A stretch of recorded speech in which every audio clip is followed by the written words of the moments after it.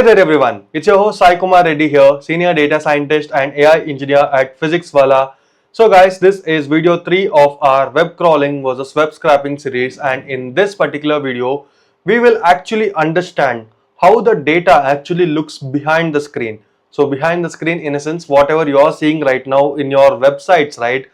That particular interface and whatever you are seeing there with your normal eyes is completely different from how your web scrapers and web crawlers understand, that we are going to dive in detail in this particular video.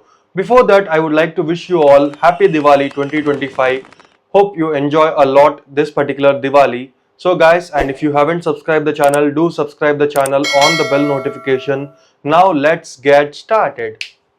So guys, if you remember, in our previous video, we have already configured all the tools. We have configured the virtual environment, we have installed all the libraries, this web scrapers, beautiful soups, seleniums, everything we have installed, whatever libraries we require for this particular series. And also we have tested with a sample script as well, it was working well. And also let me remind you, we have also installed a Chromium driver and we properly configured it so that this particular Selenium or Scrappy, they can run and they can crawl the information out of a particular website. So we have already configured that as well in our video too. If you haven't watched that, definitely check out the video, link will be in this video description.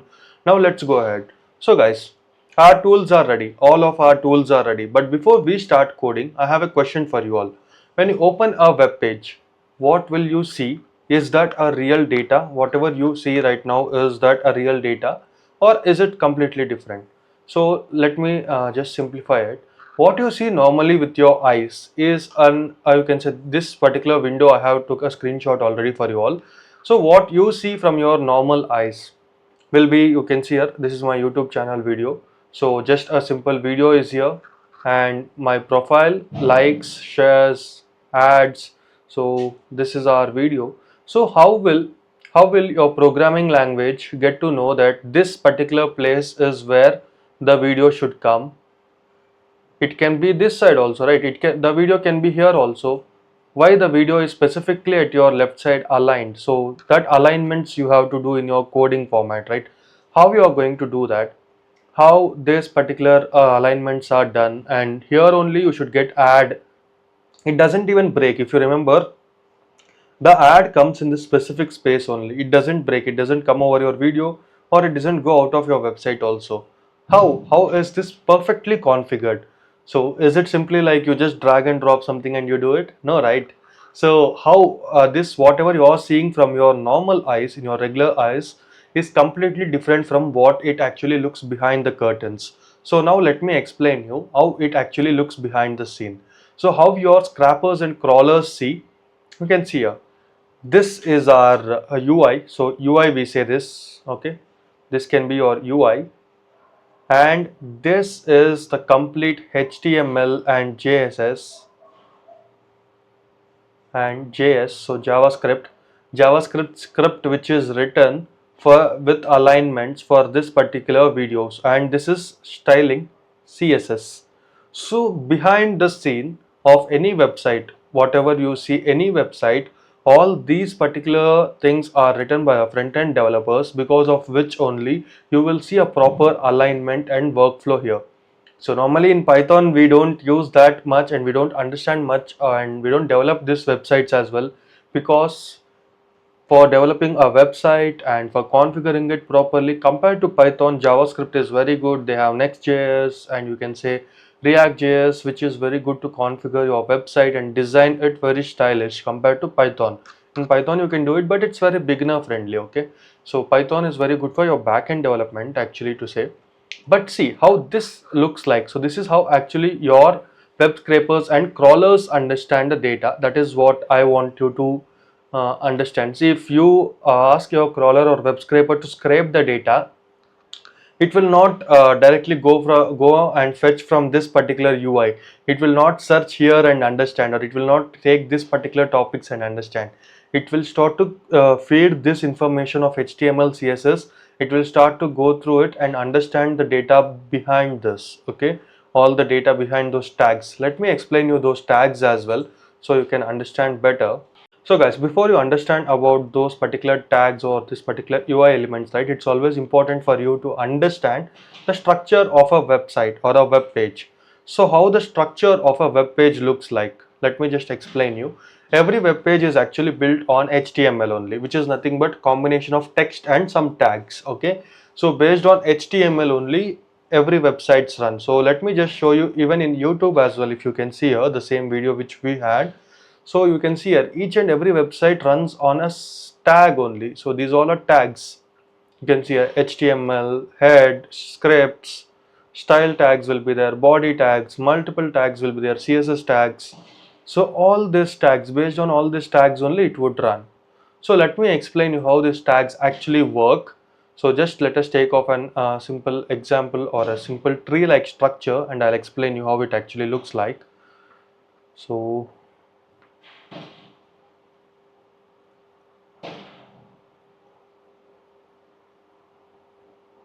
understanding HTML structure, which is nothing but a website structure I'm talking about. So for this, let us take a circle for suppose. Okay, I'll take this a circle. Think of this like a tree. Okay, a tree can contain multiple branches. The same way here in HTML it contains for us one HTML tag, different tags. These all are multiple branches. Head,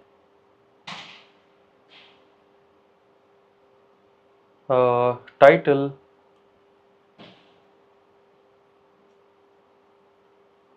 body, and after body we have div tag, span tag, and anything else apart from this. Span tag, and also you can consider of multiple tags are there, like you can say URLs also you can take in, like a tags are there, a, and there are multiple more tags. But combining all these tags and how in a website actually it works is nothing but it is called as DOM. What is DOM? DOM is nothing but document object model. So based on document object model only this entire concept works.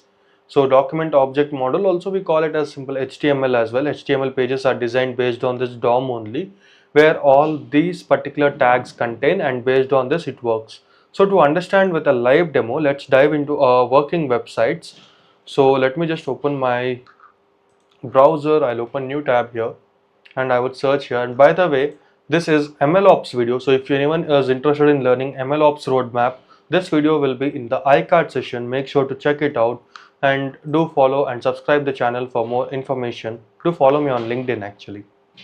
Okay. Step 2 is let us inspect. Okay. So let me just make this a note here. So first you understood about document object model, what it contains, what all elements and tags it contains. Now let us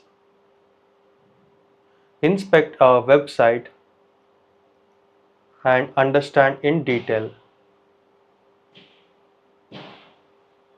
Okay, understand. So I know understand spelling is wrong. Okay, but inspect a website and understand it in detail. For this I would open a new tab, and now let's dive into a website called Quotes. So quotes to scrap.com, right? That was the website which we were previously seeing. Also we can use that same simple example for now to understand quotes to scrap.com. Now you can see here, you can see all the codes we have here, right? Based on this only we'll start to inspect and understand. Now here you can see we have multiple codes, right? First suppose let me just left click on this particular code and we will select inspect. When we click on inspect, you can see here if I hover on this dev class, you can see here based on this dev class the corresponding element is here. So let me just close this sidebar. You can see a document object model breakpoints. These are document object model breakpoints, layouts, everything is here. So let me just bring this back here. styler can go down. Yeah, I hope now you can see it a better. So now if you see here, when I highlight over this dev, so this is a class container, it contains everything, this particular page. Now if I hover on this, this is our quotes. So you can see here, based on that quote, you can see here, this contains a highlight of that. So what we were actually seeing is this. So if you see here, if I highlight this dev contains the information of this value. Okay, even you can pick it with the help of this particular element hover mark here. So if I just click on this hover mark here, you can see here it shows the span. So everything contains in this span. You can see here the words as we have created it to process of our thinking. It cannot be changed without changing our thinking. Okay. So sorry, the world it is. Okay, the world. You can see here the information here, and it was written by whom. So you can just hover it again. Now you can come here and you can see by whom. So it was written by Albert Einstein. It's an author. So A and href tag we are using here. Okay. So once you understand this pattern, right, how it works actually, based on this dev tag only it works. So based on this one dev tag, it works. Now this is for second dev tag. Third dev tag is for third quote. Fourth dev tag is for fourth quote. Fifth, sixth. It continues on a loop. If you see here, everything is same. Every information is same. Okay, inside this. It continues on a certain loop here. So once you understand the pattern, how it is working. So here you can see this contains the information, and this contains the author, who is the author, J.K. Rowling, and this contains the tags, the keywords or tags which they are trying to mention. So you can see here, these are the tags, abilities and choice. So these are those tags. So how easy it is to understand once you go to inspect tab. So once you understand this pattern, right, you can easily, this is nothing but this is a looping statement. So once you understand the pattern of this particular code, this particular box, and once you understand it clearly, then for everything it is same. You can just write a simple for loop. Your scraper can do that. Your scraper can scrape everything right at once. So once you understand this pattern, right, you can just simply loop them all and you can get all the information. That's the very interesting use case, and it's easy to do with beautiful soup and all those scraping tools. Okay, but I have a question here. So not all websites can have the same information. For suppose, let us go to our YouTube here. I'll close this. So this is no longer needed. Okay, so how each time here you can see the main advantage of this particular website. See, I would like to differentiate it. So if I load this website n number of times also, no information changes here. Always the same information according to the quotes which they have mentioned, the same information is here. But when it comes to YouTube, now we have this information. If we just click on YouTube again, it refreshes. It loads the next information. So now then at this particular case, what you would do? Okay, at this particular case you cannot expect your scraper to scrape the information, right? If your scraper do scrape the information also, that particular data will be inaccurate, because when it loaded for the first time, whatever it says that it scrapes, but not the next time when it reloads, right? This is where actually Selenium comes into picture, and what this is actually called. See, this what you are seeing is a static website. How many times ever you load, it is same, nothing will change here. So here this is written with the help of just simple HTML. Okay, the main difference here is we call both. So let me just differentiate here easily. So our quotes website, right, which we were seeing, this is written, this is static, okay, and this is written on HTML. But YouTube, this is dynamic, and it's written on JavaScript. So each time when you refresh, right, this particular page, each time when you refresh, it will load dynamically. Okay, so when it loads dynamically, then what does this mean? So here you can just click this and you can inspect But when you understand, when you still want to scrape here, this is where Selenium comes into picture. Selenium will call multiple API calls and it will start to scrape the information. For suppose to understand that, you can just type Control U in your laptop. Okay, Control U is the shortcut, Control plus U. So when you just click on that, you will get this source page of this particular page. You can see here all the information. This is completely different from the inspect page which we were seeing for this. So if I just click here and click on inspect, you can see here this page is a bit different compared to the one which we are seeing here. Using source, we can easily understand what are the information available here, and it can start to scrape based on this. So you can see here there was some information called low cost ship. Okay, I can just type Control F and I can search here low cost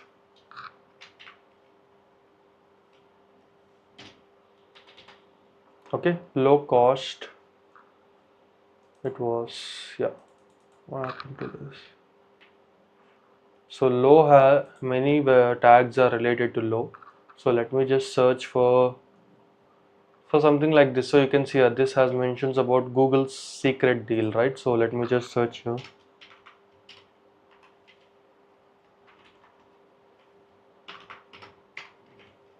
Google. So when you just search for Google, you can see here. I'll just reload this page.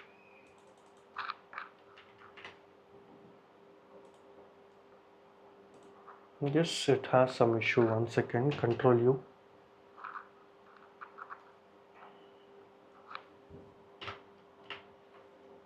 You can see when I search for Google, so Google is at multiple places. You can see from payments and everywhere it is available. Okay, so the URLs are also tagged based on Google, so you cannot expect this title that would come, but it's difficult. So here, what is RAG? RAG explained for beginners. So you can see here, even I have explained about RAG. You can just check out RAG. So if I just search for this, here you can see here user agent data. Okay, agent data, RAG. So it is user agent data, right? So it is able to understand that as RAG. So it is just retrieving that information. But still, it's very difficult for us to retrieve the information, you can see here, or scrape the information. This is where you need web crawlers. Selenium comes into picture here. So you need Selenium to scrape it and parallelly call some API calls as well, which you would understand going forward, and it's a hidden gold mine for scraping all your ChatGPT. So in ChatGPT or Perplexity, when you search something, specifically in ChatGPT, you know there is something called as agent mode, right? When you ask some information, how accurately it is able to research page by page. And even there was some tool called Manas. It goes to each and every page and it starts to capture the screenshot. It understands that, it understands the backend calls of it. If the website is even static or dynamic, still you will get the information. How is this possible? Because these seleniums and all these crawlers get into picture and they are able to do this work for us. So yeah, that's the main difference between your static and your dynamic websites, and you will understand about this going forward in detail when we do our mini projects on both Selenium and you can say both scraping and crawling instead of just calling a tool. So that's all, and that is how you look at a web pages like a data scientist. Actually, not only a data scientist, even the developers can look in the same way. They do look in the same way, but we as a data scientist understand the information in detail, right? So when we just look into this, we are able to understand in detail. And today we have learned about how can you inspect the static pages, and dynamic pages, how can you understand it based on its source pages, and the steps, how can you scrape it, okay, and how can you extract it. That is one thing which you mainly need to understand. So guys, that's all. So this is all about our particular video, and in our next video we will dive in detail about other concepts, like mostly we will get into the crawling concept and we will understand how crawling works. Then we will soon dive into our mini project. So I hope you all like this particular video. If you like, do like, share and subscribe the channel. Meet you all again in my next video. Bye bye.